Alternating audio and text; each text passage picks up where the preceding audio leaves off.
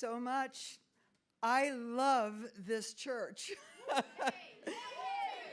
This is my tribe. I said it yesterday. I say it again. You're my tribe. I love the freedom that you walk in and that you live in. And I love your pastors. I'm going to get to know you more probably today after the service. But yeah, this has been exceedingly abundantly above all I could have asked or thought. And I'm so grateful. Like I said yesterday, to me, it's a privilege to be able to, share the gospel of Jesus Christ and share my love for him. And I never take it for granted. It's always just an absolute joy for me every time I stand up in a new place with new people, but you feel like you've known them all your life because you're family. We're family. We're extended family. There's a couple of things I want to do before I just dive into the word. First of all, I want to know about that gong over there. Is that belong here?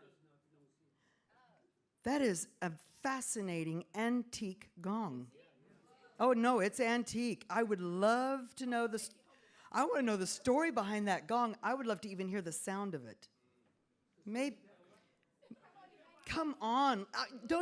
Has anybody ever been curious to hear the sound of that gong? Let's call all heaven and earth to attention. I love this. Thank you.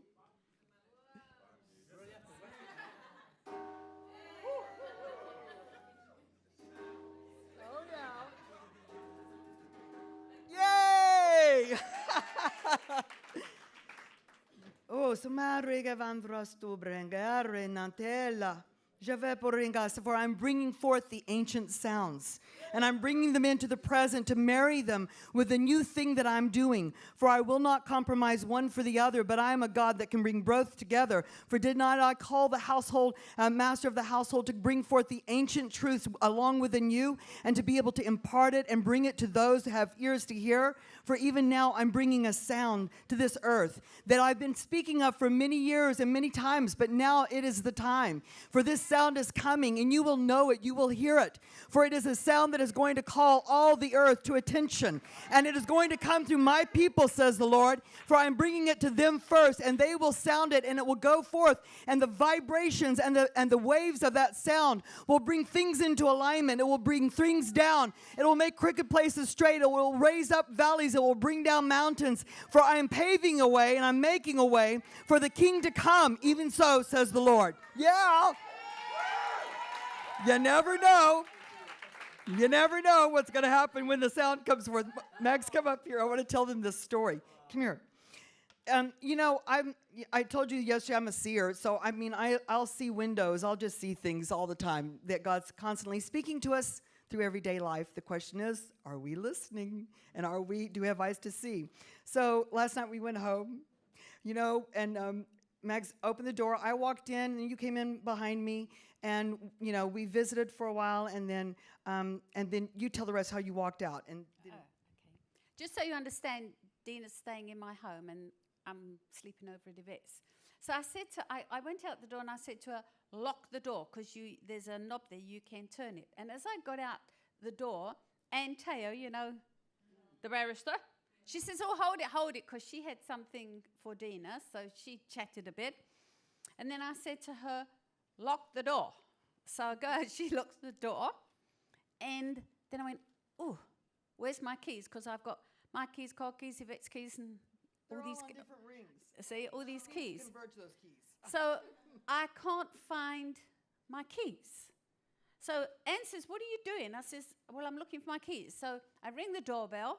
I go back in. I'm looking because I've got places for everything.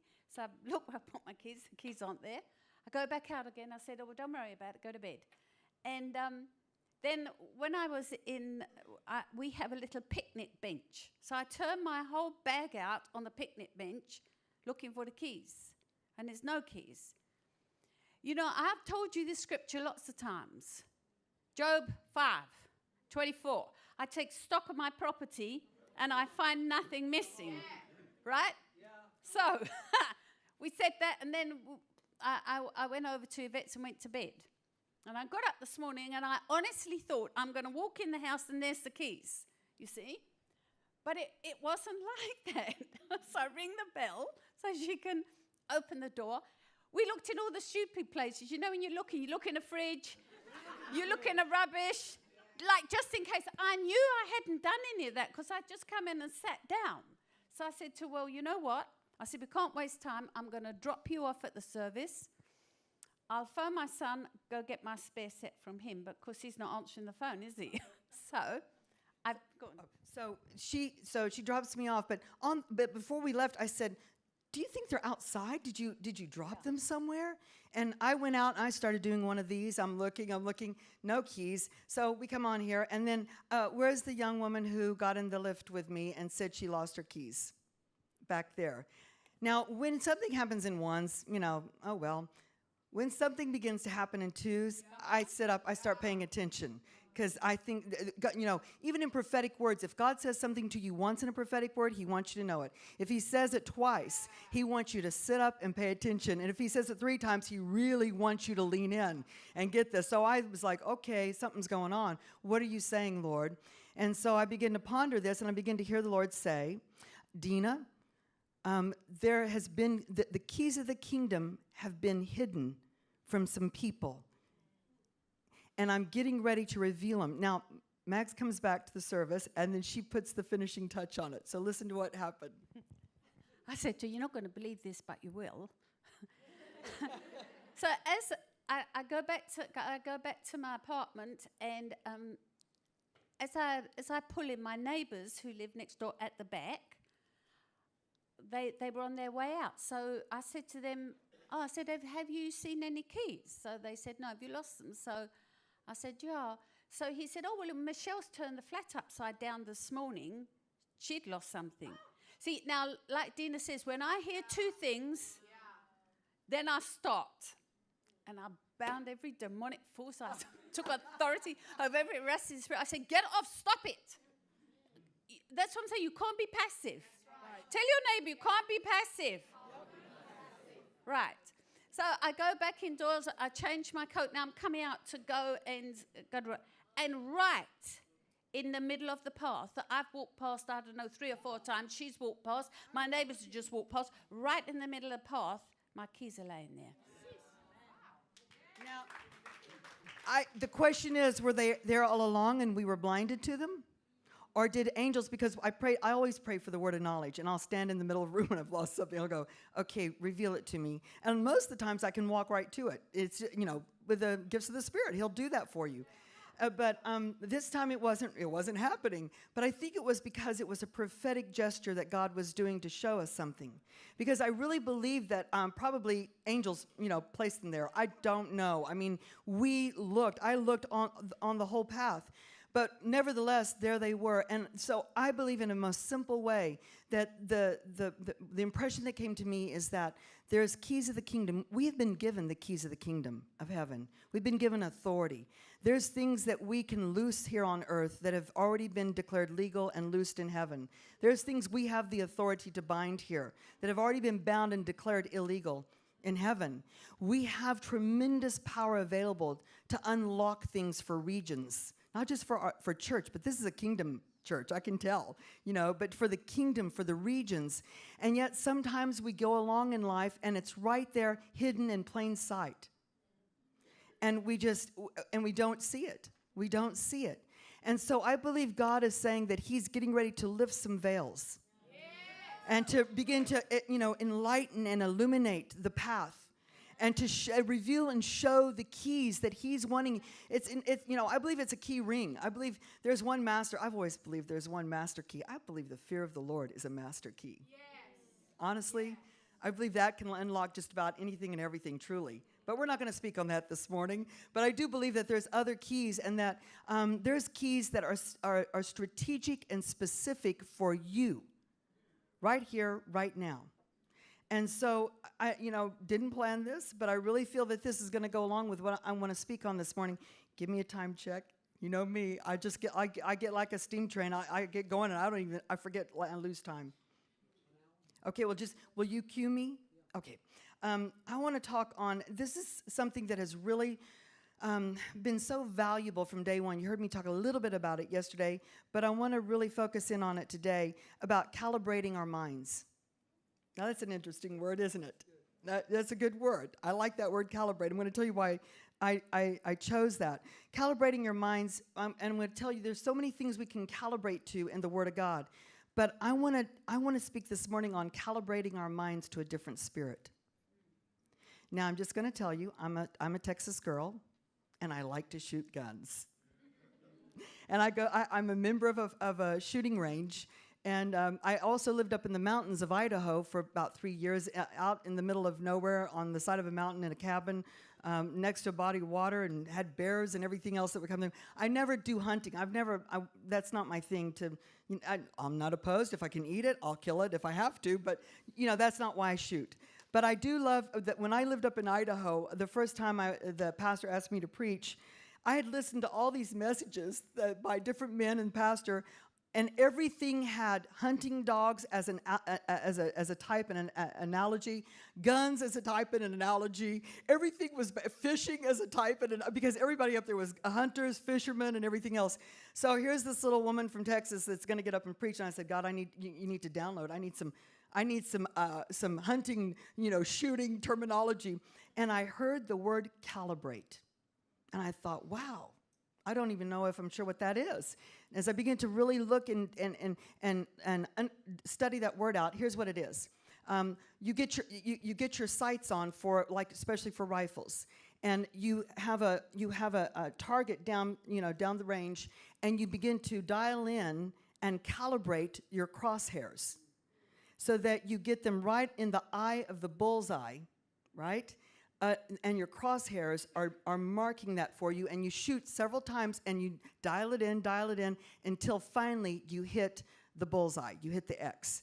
And so I heard the Lord say, Dina, I want you to begin to calibrate your mind to a different spirit. And I was living it was a small resort town, and I was used to the big city. I'm a dreamer. So I love dreaming, not daydreaming, although that's not bad if it's lined up with the Lord, but, and not necessarily night dreams, but I love dreaming about what the things I believe God's calling me to do. But I begin to come into this interesting situation when I moved to this small town. I begin to be influenced by small town mentality. Anybody ever been there? Okay, and so I've never known not to think big. I've never known that I can't do something if God puts it in my heart to do it. Go to the nations? Okay, let's go to the nations. Let's go on an adventure, Whatever the case might be. Raise the dead? Okay, let's go raise the dead, But as I moved to this town, and it was so God that I was there for the time I was there, everybody began to, I realized everyone thinks small. And everyone tells you why you can't do things and why that's not possible. And I begin to feel this thing coming down on me, and I went, no. No, I am not going to live like that. I don't care what things look like in the natural. I know who I am, how God created me, and the things that my destiny that is set before me, and the things I'm going to do through Christ who strengthens me. So I begin to calibrate my mind so I was not influenced by the small town mentality. I'm just referring to it as that. But listen, there's small town mentality everywhere we go, if we give place to it. And God began to take me into the story of Caleb. Now, I love this man. I love his spirit. I love his heart. Now, listen to me, because I thought, Lord, is this really the right message for this house? Because he's been speaking to me about this lately in some different dynamics in different ways. And because I know it's a university city and town, and that most of the people here were in university. And the Lord said, oh, absolutely, Dina. I want you to go for it, because it's not an age-restricted thing. Caleb's spirit is not an age-restricted spirit. It is a spirit that goes right across the generations. But it's a spirit that says this. I love Caleb, because when they went into the promised land, I'm just going to tell it because rather than go read it, but I'll give you the scripture so you'll know I'm taking it from the word. But he goes into the promised land with the 12 spies, and, he's like, yeah, we can do this, because he listened to what the promise was, and he aligned himself with the promise. And he believed, if God says it's ours, it's ours. Then all the other spies that were seeing it through the grasshopper mentality, we're so small, woe is me, how are we going to do this? They begin to see the defeat, where Caleb and Joshua went in and said, we can take them. We can do this. I love that. I love that kind of heart. And so, they come back, and the spies give the evil report, but Caleb and I really believe they were going, no. I think they knew in that moment, as the spies that had seen it through the grasshopper, lens, they were like, don't say. It's like, no, take the words back. Don't let them come out of your mouth, because it begins to shift things in the atmosphere. It begins to shift things in people's hearts. And then people I've always found it amazing. People have an easier time aligning with the negative than they do the positive and the hope. Yeah, that's true. I've pastored churches, I've planted churches over the years, and years ago, one of the things that struck me was, to teach and preach on grace, and not greasy grace, not sloppy grace, really biblical, grounded grace, which is the best news ever, that people chose to go back to living under the law rather than embrace grace. I don't understand that, Lord. But after a while, you renew their mind, and then people begin to eventually come into alignment. But I remember, looking at the scriptures and reading this, and every time I read it, I get so like, yeah, give me a mountain. I want to take it. But Caleb goes and says, we can do this. Don't. No. We can do this. We can take it now. God's told us. But the spies and all of Israel said, oh, wished we would have just gone back to Egypt, And God said, okay, this is why our words are so important. And God's brought this fresh to me here lately in just the last few months, but our words are so powerful. God says, okay, you've said this over and over. You're saying this now. I'm going to give you what you said. You're not going to go into the promised land. And he blocked that and shut that down, because he gave them what their words declared. I was telling Mags, and I mentioned it yesterday, but I went to this dentist at around June, and he was going to do a root canal and fix a filling that had chipped. And so he starts working on me. He gets to this the filling tooth, and he fixes it. And I go away, and I'm thinking, why is it still hurting? And the next day it hurt, and then the next day, and the next. I was like, something's not right. I go back. He goes, how they go, bite, and then they file it down. I'm like, I go home. No, something's still not right, And I mean, now I'm going into writhing pain. Do you know what writhing pain? Like where you curl up in a fetal position, you're in so much pain. And I had to do a lot of traveling, so I didn't have time to go to the doctor. So I went on the road. I was in pain the whole time. Came back, long story short, 3 months, the whole summer. I'm in pain, and I called him finally and said, I can't take this. And I went back into this dentist, and he said, oh, well, he's talked with a very calm voice, and he said, very soothing. Don't do that. Don't patronize me. And he says, well, I'm just, here's the situation. And he begins to use, dentist terminology. And I said, hold it. He's standing in front of me. I go, hold it. Let's just cut to the chase. Are you telling me that I need a root canal in the tooth that you fixed the filling in? Wow. He goes, yes. I go, are you kidding me? I said, you mean what happened? He said, well, probably the nerve got damaged somehow, and it's traumatized. You have a traumatized nerve. I go, well, what can we do about that? He said, well, there's nothing. You just have to have a root canal. And he said, he said it 3 times. There's no other alternative. I said, I'm sorry, I just don't accept that. And I'm sorry, I'm having a little trouble with this. And I'm having a little trouble trusting you.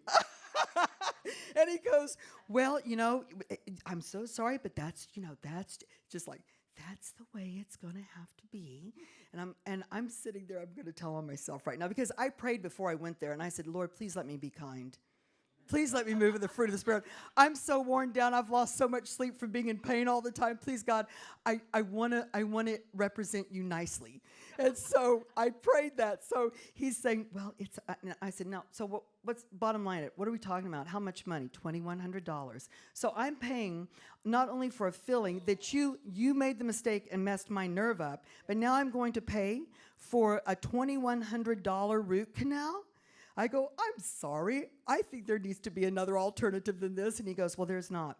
He goes, ma'am, he said, you know, this is part of life. Things just happen. I go, no.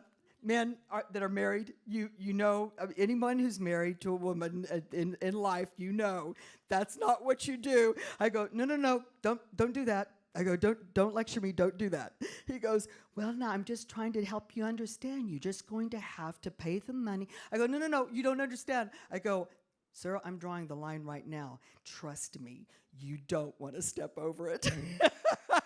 And he goes, okay. So I left. I go down in the car. I'm going somewhere with this story. I haven't forgotten. I go down in the car. I sit there and I go, okay, first of all, Lord, I'm going to forgive him.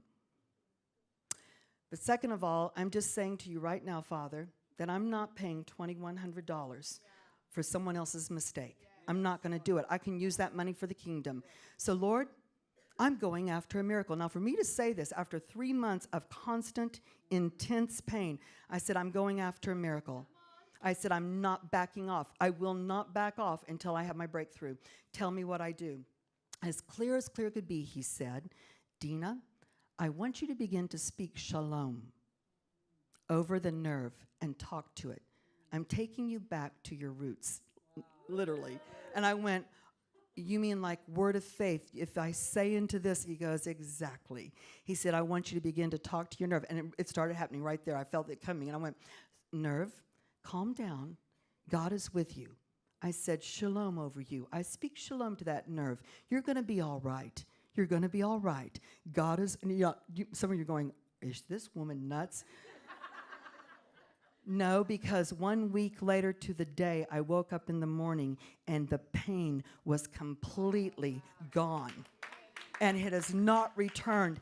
And it brought me back to that place of going, you know, Lord, life and death is in the power of the tongue.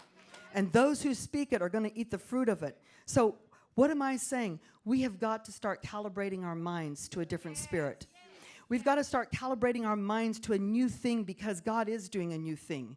And to a new thing because right now in this world, in our nation, in this nation, and in nations around the world, we're seeing something so traumatizing, so hideous. Terrorism, and the nations are swirling, and things are unraveling, and nations are crumbling, and governments are falling, and new ones are being raised. I mean, we're seeing all these things going on around us. We cannot be moved by what we see. We have to be moved to a new mind and to a new mindset. And not only that, but we've got to be able to do that because we're not done yet. This is our greatest performance as the church in this earth. And not only that, every one of you were born for a purpose. A unique purpose that fits you and your DNA that God dreamed for you before the foundations of the world. He dreamed about you, he knew you, and he knew exactly the personality, the strengths, the gift cluster. I call it a gift cluster because it's more than one gift within us. And he knew what he'd called the purpose for you to do. As a friend of mine, Kim says, he says, there is a destiny, but there's many callings that take you through that destiny until you fulfill your purpose, and as you fulfill your purpose. And so I've experienced that in my own life, and here's the thing about calibrating your mind. For me, it's all about fulfilling our purpose. It's all about stepping into our dreams. You know that and now here's your homework. I'm going to give you your homework over the next few weeks, and actually for your lifetime. I started doing this many years ago, and I have a 100 things I want to do in my lifetime list. People will go, oh, your bucket list. And I say, no. Absolutely not. I was doing this before the movie ever came out. And not only that, I haven't waited till I know I'm going to die. I'm living life while I'm living, and going after my dreams. So I can remember the first dream I ever dreamed was in the 60s. And I went and asked my parents for a leather jacket back in the hippie days with a fringe and everything. And my parents knew it was you know what I'm talking about. They knew it was a symbol of rebellion and all this. And so they go, no, Dina, honey, no, we're not going to buy that for you. And they said, but if you want to raise the money, it was $60, for a little girl, to get $60, not possible. So they were safe. So they thought. But I realized as God took me back and began to show me where I began to go after my first dream, I said, I'm going to get that jacket. So I started babysitting. I started mowing people's yards. I started doing everything I could to get the money. And I think it was about 1 month later, I walked into the department store and bought me my fringe jacket. The Lord laughed at me and laughed with me and said, Dina, that was the first time you walked out what I've put in you. And I could go through life, and so I check things off, I move it to my fulfilled list, and I always am adding things too. In fact, I can always tell when I come into a new season, I'm on a new vista, I will step out on that vista and I'll begin to do this. What's the new dreams for where I'm at right now? Because there's been ones fulfilled, there's ones I'm working on and stepping into right now, but there's more to come. So I'm always adding to.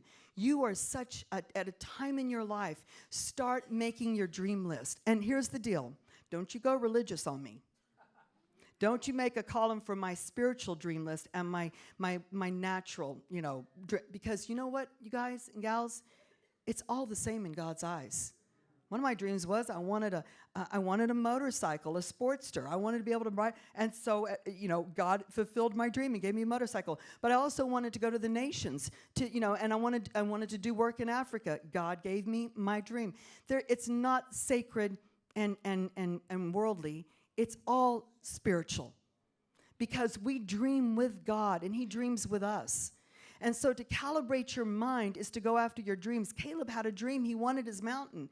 And when he came back and they didn't get, that it was all shut down, he says to Moses, he says, and Jacob, Joshua actually, he says, I want my mountain. I want that mountain that I saw. And so he said, okay, when you come into the land, then that's your mountain. Now, I want to turn over there because I want to go to Numbers 14, if you have your Bibles. Calibrate, let me give you the definition of this. To check, to adjust, to determine by comparison with a standard. Okay, so what is our standard? What are we dialing into, everybody? We're dialing into the Word. That's our standard. It's a sure word. We can dial into that every time and hit the mark.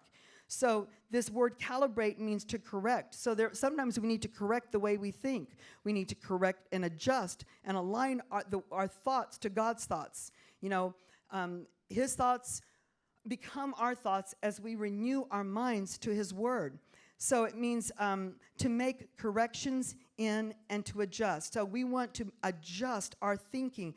God will take me back every now and then to things of my first beginnings. And I love it when He does that, because there's something so precious about the first years of your salvation and the beginnings of your salvation. Things are being established, just like in the growth of a natural child, in a baby, into toddler, and into infancy to toddler, into young child. That's the most formative years of that child's and what one day will become adult, their life. Foundations are laid, so we need to go back. Remember in Revelation where Jesus is speaking, He said, this I have against you to the church. He said, you've left your first love. And he's speaking to the church of Ephesus. If you go into Ephesians, everything in Ephesians is about love, love, love. But 35 years later, what they were strong in at one time, now Jesus is bringing, a charge to them saying, you've fallen from this. And I'm calling you back to the first things, to your first love, Jesus. So what I'm saying is you can start off strong in something, but it doesn't mean you just, you don't go back and re-strengthen those foundations and shore them up. So when we look at Numbers 14, it says, but my servant Caleb, because he has a different spirit in him, has followed me fully. I will bring into the land where he went, and his descendants shall inherit it. If you look at Joshua 14, let me turn over there.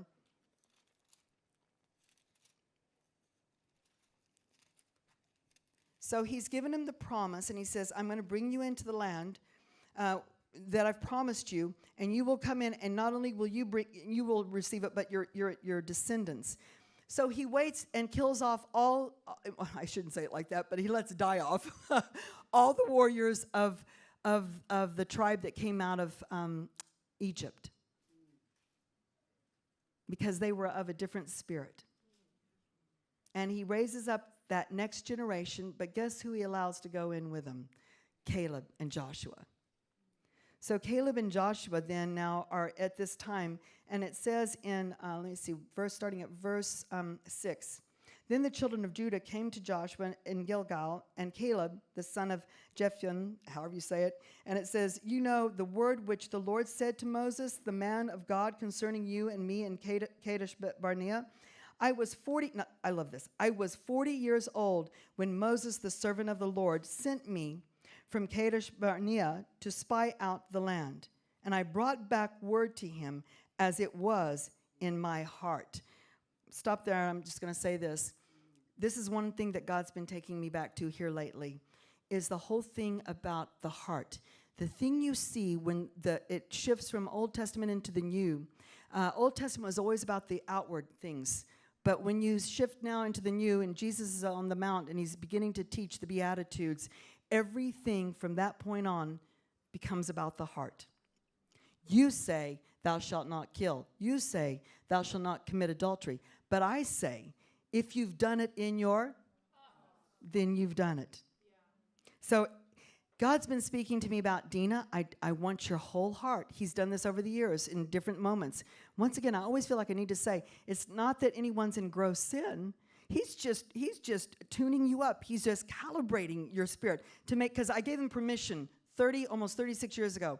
I don't ever want to lose what I have now. Don't ever let me stray off. I don't ever want to backslide again. I want to serve you with my whole heart for the rest of my life. So I give you permission. Arrest me. Let the lights go off if I ever begin to veer off in any way.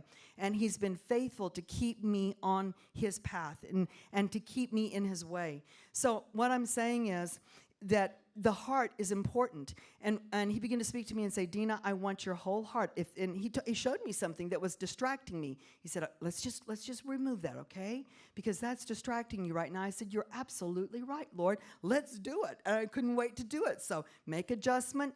Why? Because you read in the Old Testament, all the evil kings of Israel, they had divided hearts. Yeah. All the good kings of Judah that did exploits for God, it says they served him with their whole heart. To really be fruitful in the kingdom, he wants our whole heart.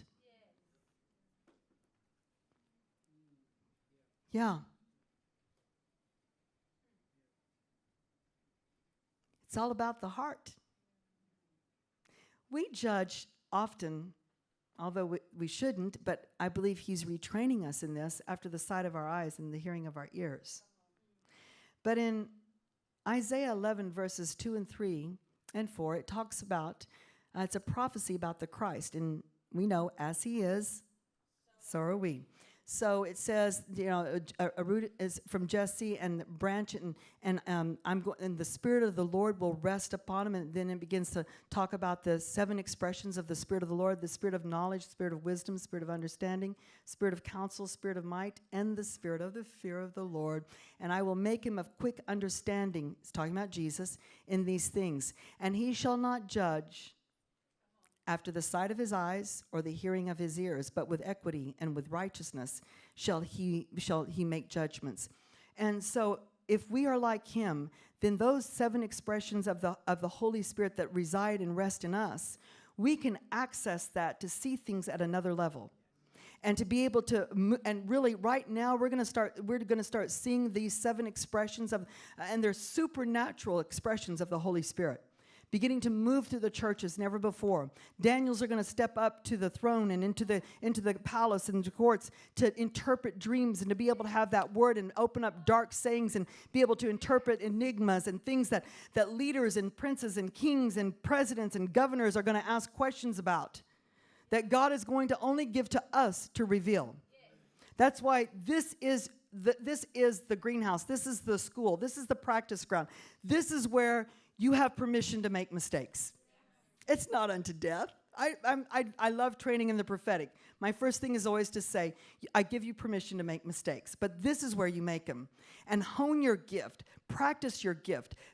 Get that thing sharpened up. You have leaders that can clean up any messes. Nothing's unto death. They can train you and help you. But because when you walk out that door and you're being groomed for what's coming and the dreams and the purposes that God dreamed for you, and you say, Dina, not me.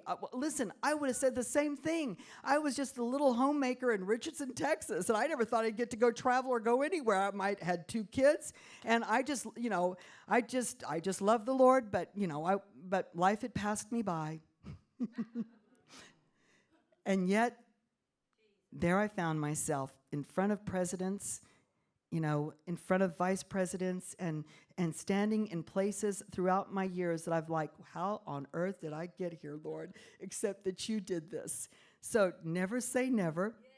I know I'm speaking to the right group. I know you've got destiny in front of you. You've got palaces. You've got purpose that you're going to step into. But right now, just like Daniel, just like the 3 children of Israel, Shadrach, Meshach, and Abednego, just like Joseph, just like all the great heroes of faith, the Esthers and all, they were groomed. They were trained through every aspect of life, even Joshua, even Caleb. And he said, it was, but I brought back word to him as it was in my heart. Nevertheless, my brethren who went up with me made the heart of the people melt. Woza. I don't ever want to be guilty of that. I would rather err on the side of telling you to reach for the stars than dumbing you down to say, don't get your hopes up. Don't try, you might get disappointed. Yeah. He said, he made the heart of the people melt, but I the whole heart, wholly followed the Lord my God. So Moses swore on that day, saying, surely the land where your foot has trodden shall be your inheritance and your children's forever, because you have wholly followed the Lord my God. And now, this is it. I want to be known as one that has this spirit, a different spirit. And now, behold, the Lord has kept me alive, as he said, these 45 years. Ever since the Lord spoke this word to Moses while in Israel, wandered in the wilderness, and now here I am this day, 85 years old. And he says, as yet I am as strong this day as on the day that Moses sent me. Just as my strength was then, so now is my strength for war. He's going, I'm ready to go to war for my mountain. I'm ready to go to war for my promise, my inheritance. He says, as yet I'm strong this day, and Moses sent me, and my strength was then, so now is my strength for war, both for going out and for coming in. Now therefore give me this mountain of which the Lord spoke in that day. For you heard in that day, for you heard that what he said, and how the encampment were there, and he said that the cities were great and fortified. It may be that the Lord will be with me, and I shall be able to drive them out, as the Lord said. Do you understand what he's saying? I believe with God, I'm the majority. I believe I can go in by myself. I'm just as strong as I ever was. My sight hasn't left me. My strength hasn't left me. I'm going to go take my mountain, and God's going to be with me because it's a promise. We can go to the bank on the promises of God. That's what you calibrate your mind to. You calibrate your mind to the promises of God because he cannot lie. He cannot go back on that. And when you stand on that for the things you're going after, and what did I say you're going after? The purposes of God for your life, the dreams that are in your heart, the things that he's calling you to, the multifaceted dimensions and levels of the complexity of how he's created us. We are fearfully and wonderfully made. We're not just one mission people. We have multiple missions that happen simultaneously at the same time as we step into the purpose of God for our life. There is nothing like seeing your dreams fulfilled. Some of you are at this school seeing your dreams fulfilled. How many of you are seeing a dream fulfilled? You dreamed about coming to this school. And in the natural, it seemed impossible. And yet God made a way where there seemed to be no way. You know, put that on your dream list, put it in the fulfilled column, okay? But now start filling that dream out, your dreams in the other column. I just redid mine. I didn't erase the ones, but I just keep adding to, and I got so excited as I was writing down my new dreams. I'm like, it gets more exciting as the years go by. I mean, it's truly. I didn't think God could outdo himself in the things I've already seen, witnessed, and experienced. But I'm telling you, we are stepping into amazing times. So it says, now therefore give me this mountain of which the Lord spoke in that day, for you heard in that day how the tribe. I've already read that. So let me jump down. And Joshua blessed him and gave Hethron to Caleb, the son of Jeduthun, as an inheritance. And Caleb went and took his mountain, and because he followed him wholly. Now, I wanted to read that to you because it's so powerful when you see this man, 85 years old. How long have you waited for a dream? I've waited for some for, 20 years and didn't veer from it. Some of them are coming to pass right now. How many of you have received prophetic words? How many of you have transcribed them? Typed them out? Okay. Don't get fancy on me, Dina. Transcribe right. Yeah, and you have a notebook, and have you gone back and had some friends that you know are mature go over your word with you because they'll have eyes on it that you don't have. Like you might have a prophetic gift yourself. Have you gotten a pastor to look at your word and see the pastoral affirmations that God is saying all through your word? What about all of the callings, all of the anointings? And how many times does he say things in your word? How many times does he mention things? There's hidden coded language through prophetic words all the way through. Are you doing warfare with the word that was given you? Are you contending for what God's promised you? If he told you were going to have a healing ministry, have you asked your pastor, what are some good books on healing? Have you asked them and said, is there any healing ministries that are coming to England this year? I want to save up my money. I want to start a separate account because I want to go sit in that meeting. I want to learn, and I want to receive of that anointing because God told me. Do you think it's just going to drop on you? God gives you a promise, but we step out and work that prophetic word. And we see those things come to pass. We do the possible, God does the impossible. So there's a hidden, there's a prayer agenda in every prophetic word. And there is an action plan in every prophetic word. That's part of your calibration along with this. Because if that bears witness with your heart and you're going after that, then there is a lot of power in that word that you can do warfare with to break through to what God's promised you. So let's go back to this. It says, God's standard for alignment is Romans 12:2, and do not be conformed to this world, but be transformed by the renewing of your mind, that you may prove what is the good and acceptable and perfect will of God. Now, some people preach that differently. Personally, I don't believe that's 3 different wills of God, and which one are you under? I believe it's all good, it's all perfect, and it's all acceptable, the will of God. And then when you begin to look at that, you go, okay, that's calibrating, that's renewing my mind. It's beginning to have the thoughts of God and doing away with how I perceive things and how I, think of things, but I want to have the thoughts of God. So God's method for adjustment is Colossians 3:2-17.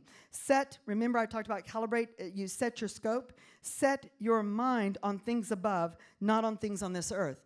So as things are unraveling around us, we are the light. We are the salt that's preserving this earth right now. God's got us here because our prayers matter. Our prayers count. We have more power than what I believe Christians believe we have. And if they did believe, we would be acting completely different and doing things more fervently than we've ever done before because we do have that power. We are God's voice and authority in this earth. If I can speak to a tooth, to a nerve in a tooth, and say, shalom, calm down. Every time, for 7 days, I never wavered. It was like, nope, I'm not. Are you kidding me? I wasn't going to spend $2,100. It was breakthrough or die, And so I'm like, okay, no, calm down. You're okay. You're okay. God love you. God embrace you. Settle down, nerve. Shalom to you. Shalom. Do you know the little Shunammite woman? One of my favorite stories. Been preaching a lot from this lately. Do you know that when her son died, and the son was the prophetic promise, her mind was calibrated because I didn't ask you for the son. Prophet, you gave the son to me from God. You told me. So if God gave me that son, then what's he doing lying dead on your bed up in the upper room? I'm not backing off. I'm persevering until you set this right because my heart is broken. And I said, don't hurt my heart. Don't tell me. Remember, she goes, don't tell me this. And so when her husband came to her and said, is everything okay? She said, it is well. When the prophet said, ask her, Gehazi, ask her how her family is, ask her how her son is, ask her, and he goes through this whole list, everything is, and she says to Gehazi, it is well. She goes straight to the prophet. Do you know what it is well translates as? Shalom. Is her son shalom? Is her husband shalom? Her husband saying to, shalom, are you okay? Are you well? Are you whole? And she said, it is well. That's one of the things I rehearsed 30-something years ago. If I was ever given a bad doctor's report, terminal something, I didn't live in fear of these things, okay? It wasn't that I've just always had one foot in the future. I've always just thought if I ever was, well, I did get a doctor's report of melanoma, and so when the doctor called me up and I braced myself, and this happened just not too long ago, a second time, and I remember when the phone rang and I saw it was the doctor. Then I said, sit up, Dina, put a smile on your face and get ready, girl, whatever he says. But the first time the doctor said, well, it's not good news. I said, that's okay. Go ahead and tell me what it is. He goes, it's melanoma. I said, and I was quiet. I said, here it comes. I get to say it. This was years later after I'd rehearsed it, And he goes, are you okay? I go, doctor, it is well. Everything's going to be all right. I said, it is well. I love using that in life, I've rehearsed the resurrection of the dead. Any of you ever rehearsed what you would do if somebody died prematurely? And there was just you, and you were like, okay, what do I do? What do I do? And I remember thinking, what would I do? And I thought, and so I went to Elisha and Elijah, and I went to all, right through the New Testament. I got to Elijah, and I saw him laying on the dead body, mouth to mouth and eyes to eyes and heads. I'm like, okay, that's not my style.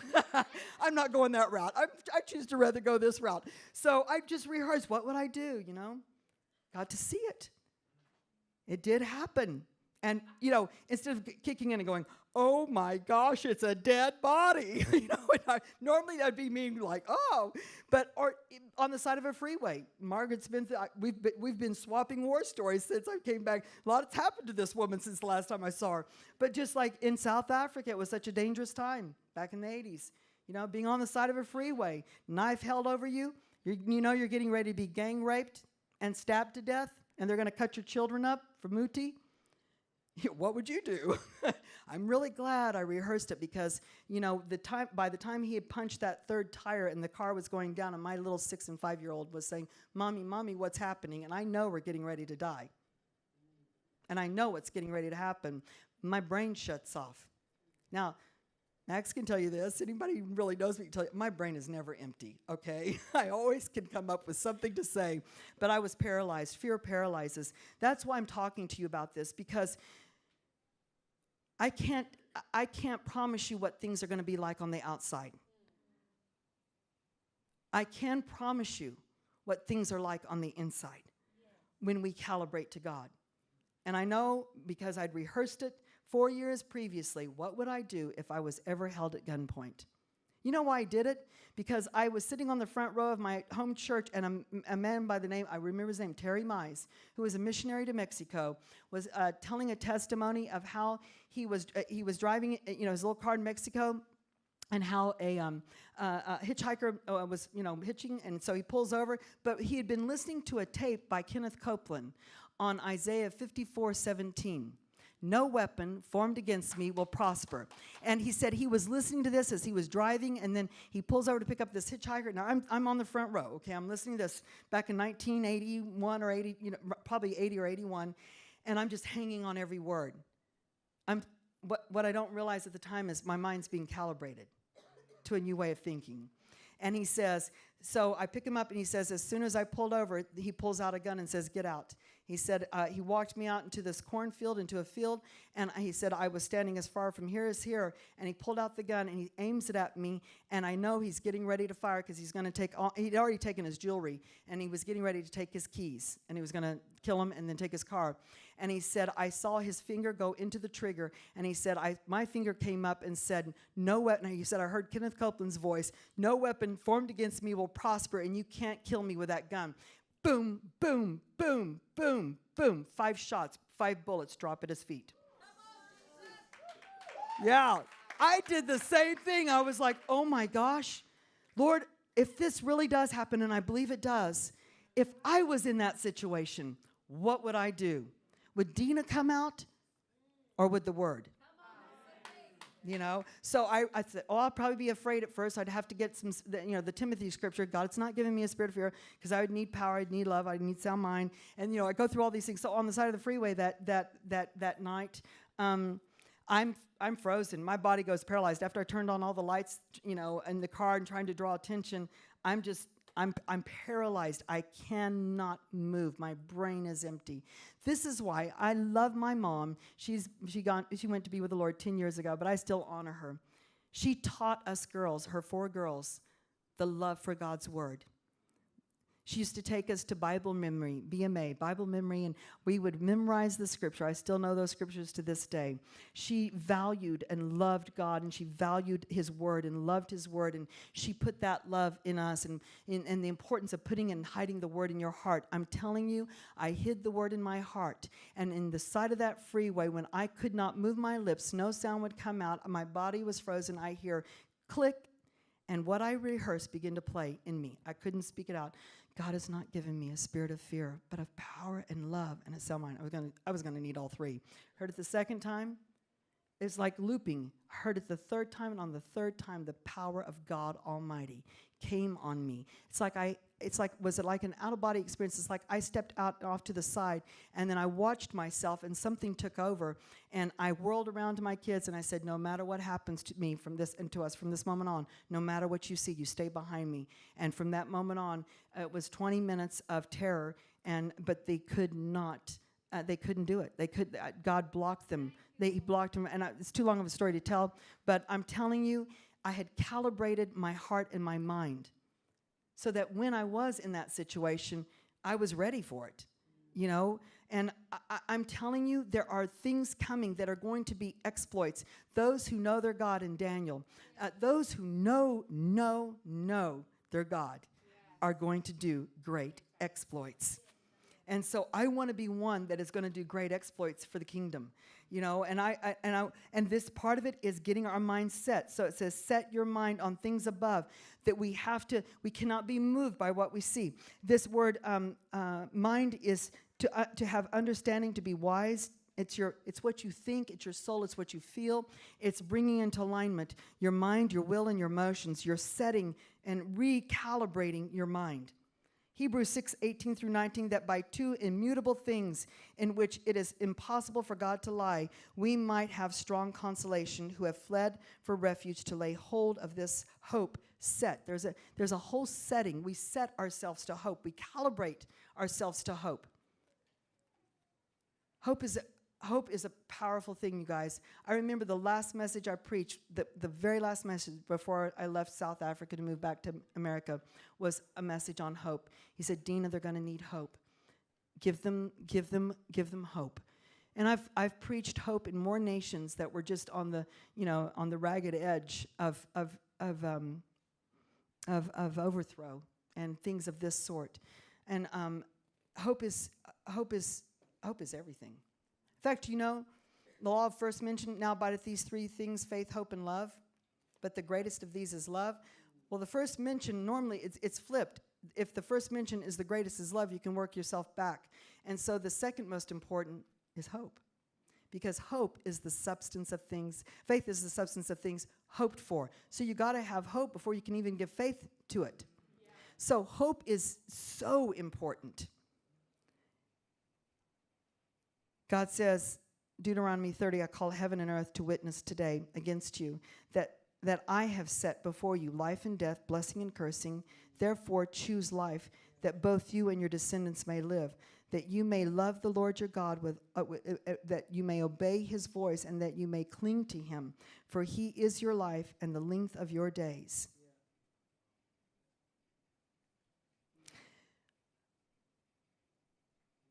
I want my mind to be set to kingdom mindsets.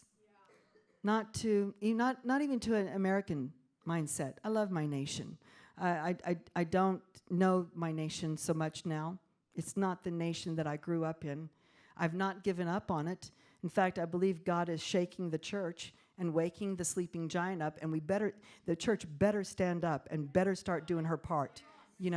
And I'm not here to bash my nation, but I'm just telling you this. I'm not setting my mind and my heart and my hopes on what America will or will not do. I'm setting my hopes on what God is going to do in the midst of everything.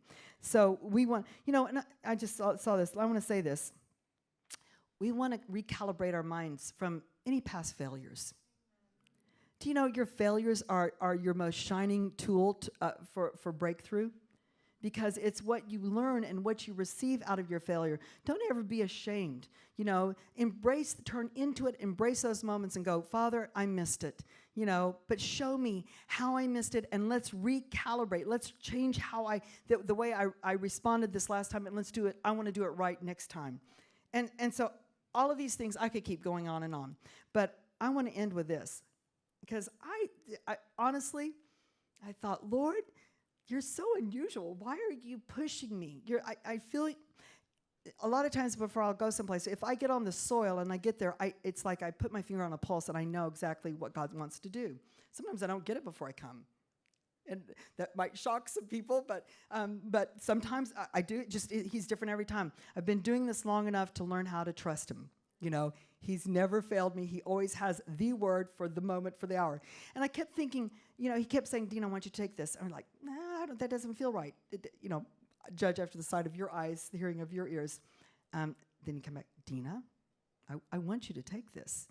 And I was like, okay, Lord, I'm just put it in there, but these are university students. These are, I'm going to tell you what I brought. And I've mentioned it to a couple of people yesterday. My dad and I, several years back, when my mom was battling cancer, we're waiting in a waiting room. And my dad's still alive. He's 87 years old, serving the Lord, just loving God. And I'm so grateful to still have him. Love your parents and celebrate your parents while you have them. And he was sitting there and he was getting really enthralled in this magazine. And he goes, Dina, come over here. I want you to see this. So I went and sat down next to him, and he flips it open, and it's Modern Maturity. That's for people 50 and older. The magazine's called Modern Maturity. And he said, look at this. It's the 4 phases of creativity. And I go, well, Dad, okay, what is it? He goes, no, it's a scientific study that they did. And he goes, I'm looking at this, Dina, and it's the most amazing thing. But because let me say this, my dad was an engineer. He still invents things. I'll go to his home and I'll look on his desk, and there'll be blueprints of things the last thing he designed was something to fold napkins and silverware for restaurants. He's invented things all of his life. He invented the electric toothbrush 15 years before it came out. He took it to my mom and goes, Mary, what do you think? She goes, that's the stupidest idea I've ever seen. He goes, okay, to just file it away. And then now we know. But yeah, so my dad's he's a creative man. He still is. He still is designing things. So he goes, I love this. And so I was so blown away because I believe what I'm about to share with you is kingdom principles. I believe, although it's a scientific study, I believe I can back it by kingdom principles. Now, all of you are going, well, Dina, I'm not a modern maturity person. I'm not a senior. Yes, but here's why God wants me to do this. God is going to send you moms and dads that are going to come in and begin to help you. I am declaring what I'm getting ready to tell you here, because what I'm getting ready to describe to you, I'm declaring prophetically. We might not see it in the natural now, but you too need people that are of this spirit and of this heart and are going to use their senior years to give to God and to give into this body and to give into these people everything they have, which is gold. It's riches. So what I'm saying to you, if it doesn't come, thus saith the Lord, no, it doesnn't have to be like that to be a prophetic word. I believe that's why God had me bring. I couldn't figure it out. I believe it's for those that are already here, but I believe that God is bringing more. Now, I'm also going to say this. I believe what took 20 years, one of my friends, Graham, I used to say to him, he's a prophet, I'd say, Graham, I was driving back from the airport once, and I thought, I want to ask him this. I go, what's the difference for you? What's the difference between somebody that's prophetic and a prophet? And he goes, he's a very quiet person. He goes, about 20 years. Because prophets, you can't decide you want to be a prophet. I believe it's a different calling. It's fivefold. You can be prophetic, but you're made. God makes prophets. He calls them, and then he forms them over the years. However, I believe what took 20 years will take 15. What took 15 will take 10. What took 10 will take 5. You are the generation that is going to benefit from us for what we've plowed and what we've done and what the ground we've prepared. We're passing some batons to you. And what took us 20 years, I'm telling you right now, by the Spirit of God. You know why? Because I asked God to do what he did for Jesus in Isaiah 11, 2, 3, and 4. And make me of quick understanding in the fear of the Lord. I said, Lord, I've wasted so much time in my life. Bring a quickening to my life to help me understand your mind, your ways, your things, so I can be fast-tracked, so I can be of use for you, for your kingdom. And I believe that what took longer period of time, God is quickening for you, and for you. But here's what I want to share, and I'm going to do as quickly as I can. The 4 phases of creativity. And the reason I believe this is so powerful is because you will go through your life, but you get to 50, and then something begins to shift, and you see things. And it really started for me in my 40s. I didn't have anything to prove anymore. Never really should have anyway, but I didn't, I was comfortable in my own skin. It wasn't a big deal if I was accepted or not accepted. I just was, I finally went to places where I was celebrated, not tolerated.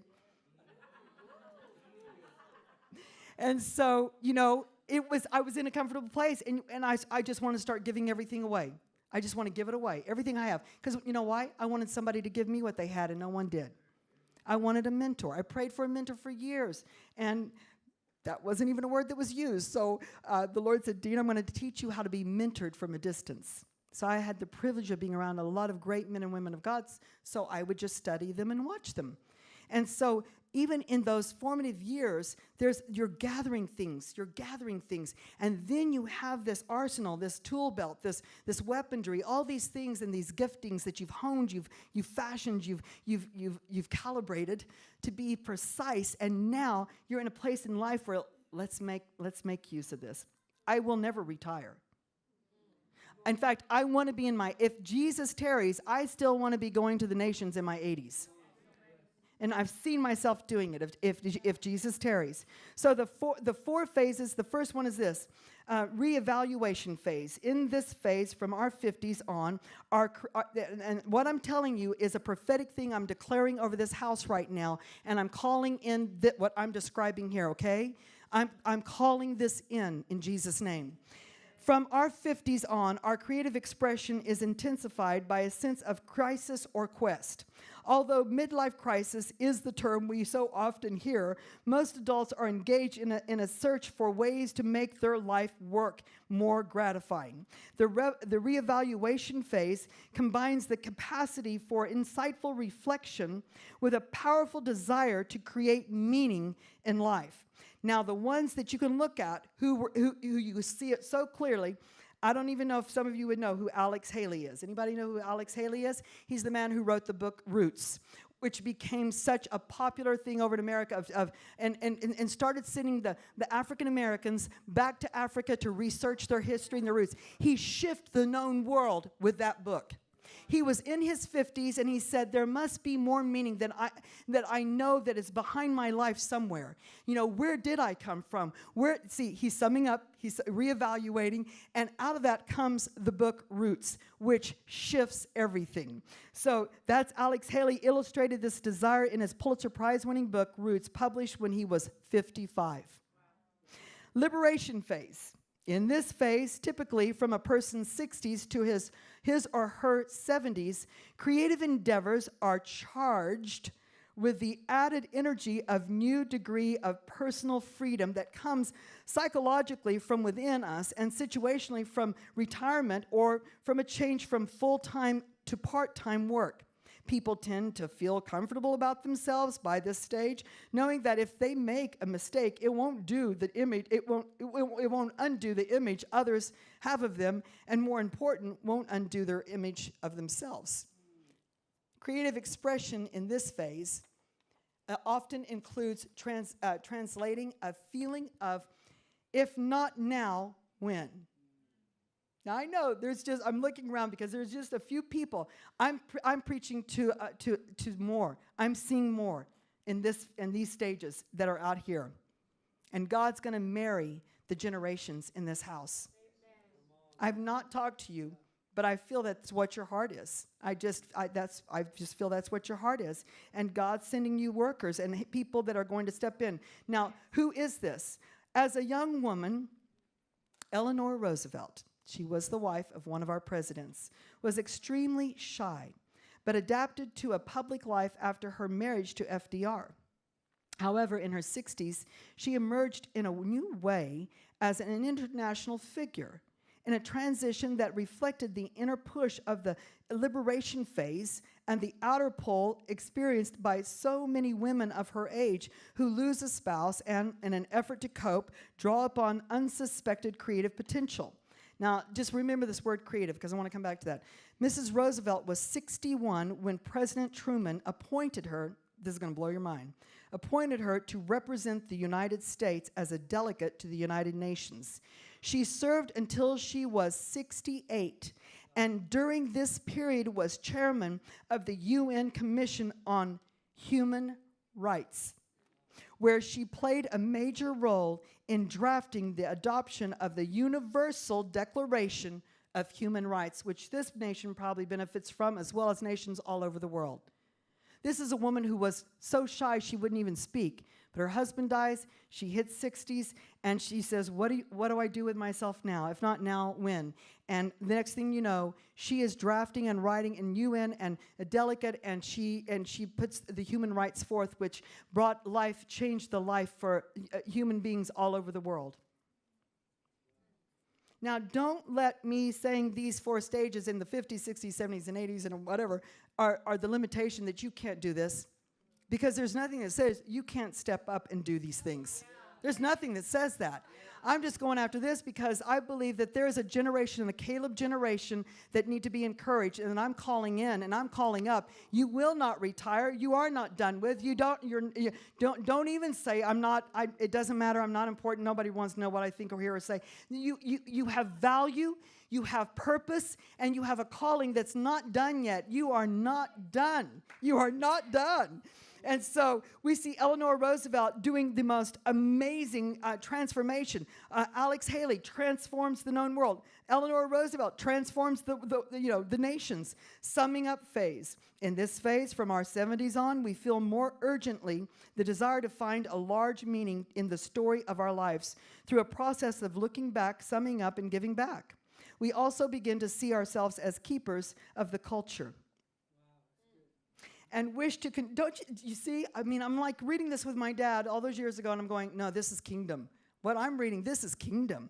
And wish to contribute whatever we have gained in wisdom and wealth. Creative expression in this phase often includes autobiographies, personal storytelling, philanthropy, community activism, and volunteerism.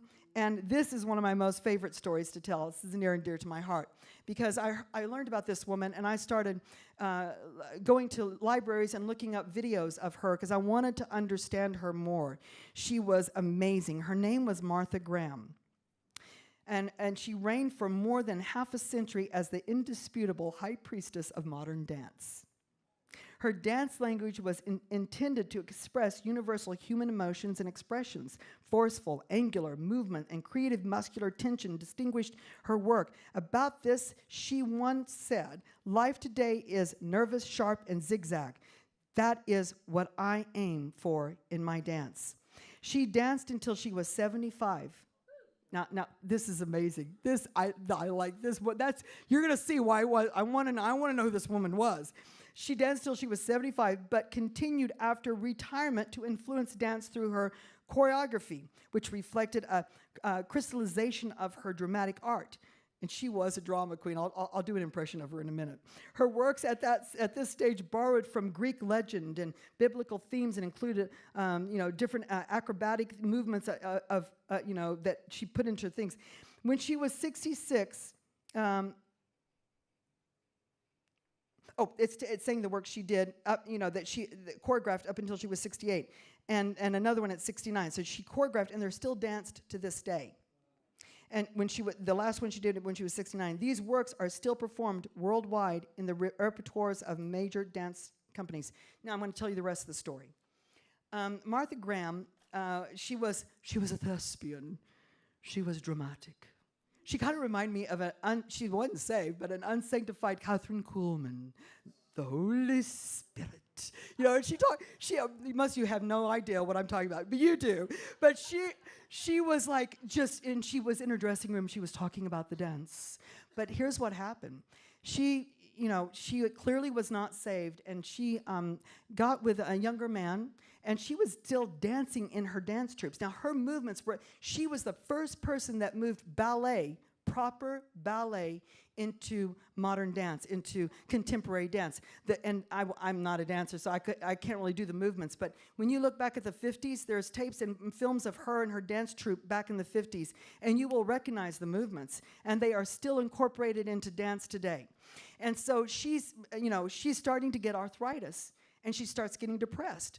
So she starts drinking, and then this young man left her, and then she goes into deep depression and alcoholism, and she becomes a hermit. All the dance studios, all the dance that she has birthed, this woman birthed it, and she created it, now is beginning to wane and fall apart. And she's living in her apartment by herself, drinking herself to death, and completely depressed in her 70s. One day, it dawns on her, and she says to herself, "Self, I'm losing everything that I gave my life for. And all the dance that once was is starting to fall away. I can't let that happen." And she puts the bottle down. She picks herself up. She goes back out, and she got back in there, and she restored all the studios, all the dance. She choreographed the 3 pieces that are danced to this day, and shifted, and she still got back in there and danced, even though she was in pain. That's the kind of person I go. She might, I hope she knew the Lord. I don't know if she did. This is not. Stories I'm telling you, I don't know if they knew the Lord, but if they could do that without knowing the Lord, oh my gosh, what can we do knowing Him? Come on, you guys. I'm going to give you one more. The encore phase. This is the phase in our 80s or older. The encore. the encore. This is where my dad is. And 80s are all, you know, and him and Joni, my dad's, he got remarried at 80 after my mom passed. And so Joni's a few years younger than him, not much, but they decided in their church they were going to start taking care of Chinese students that were coming to Dallas and from China. So they take them in their mom and dad to Chinese students that do not have any clue who the Lord is. But guess what? By the time they go back to China, they know who the Lord is. And so my dad's still giving out, ministering, doing things. So the encore phase, this phase in our 80s or older, reflects the energy of advancing age, in which creative expression is sharpened by the desire to make yet further contributions on a personal or community level, to affirm life, to take care of unfinished business, and to celebrate one's place in family, community, and even in the spiritual realm. God will send people here that are in this age group that don't have any family, and you will become their family. You will become their family. This one blows my mind too. They all do. I'm in awe of this because I love creativity. I'm going to wind it up here, but listen to me. The Lord told me to say this because there is a creative spirit on this house. There is the arts, there is the dance, there is photography, there is writers in this house,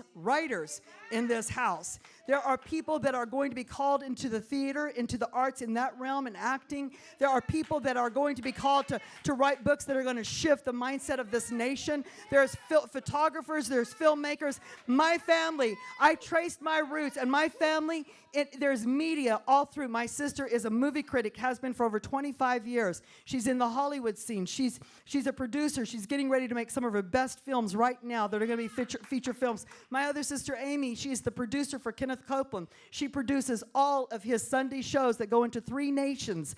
You know, we're writers, we're prophetic, we're media, we're producers, directors, and storytellers. That's my favorite thing is I'm a storyteller. And it's the American Indian blood in me, I'm convinced. But this one thing I know, that's in this house. I know it when I go somewhere. I can feel it. And so these things are accelerating and converging. These streams are converging together for you to come and step up and calibrate your mind that, yes, you can be used by God. Yes, this is your dream. I know in just what I've said, I've connected to some of you, and you need to get a journal. Go buy a new journal and make it your dream journal.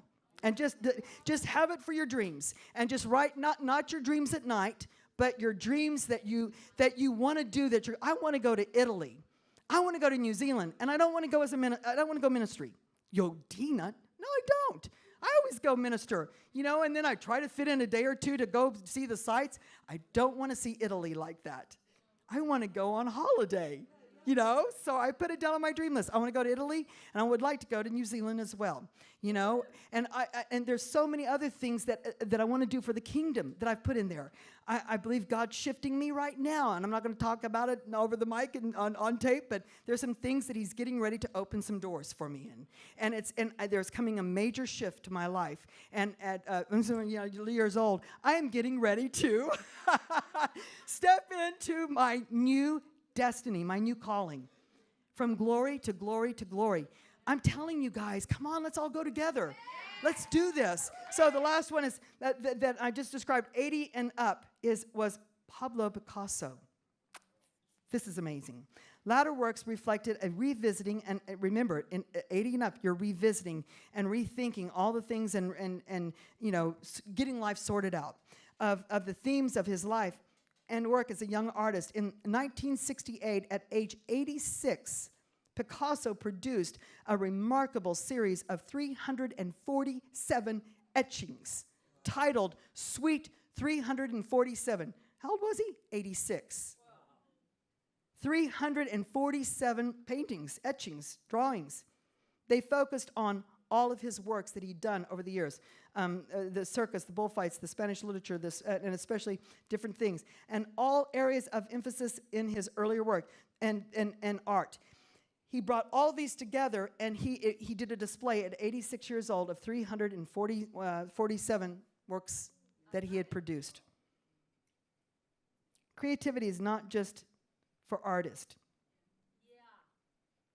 It's for all of us. Harvard professor, noted expert on human development, described 2 types of creativity. Creativity with a big C and creativity with a little c. When Einstein developed the theory of relativity, he was practicing creativity with a big C. And it changed an entire field of thought.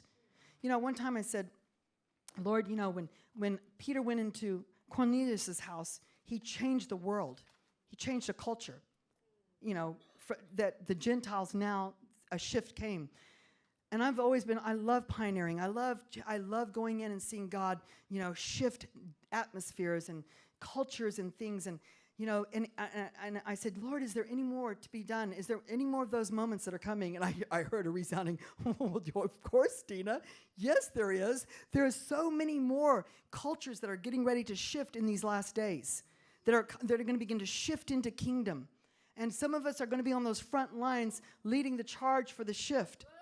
And for the creativity, for the things, I know that connected with you because I know what's in this house. And some of you heard me speak yesterday about having eyes to see. You know, that he's causing us to see differently through a different lens, to step into things. And so here's what I want to do in closing. I want to pray for you.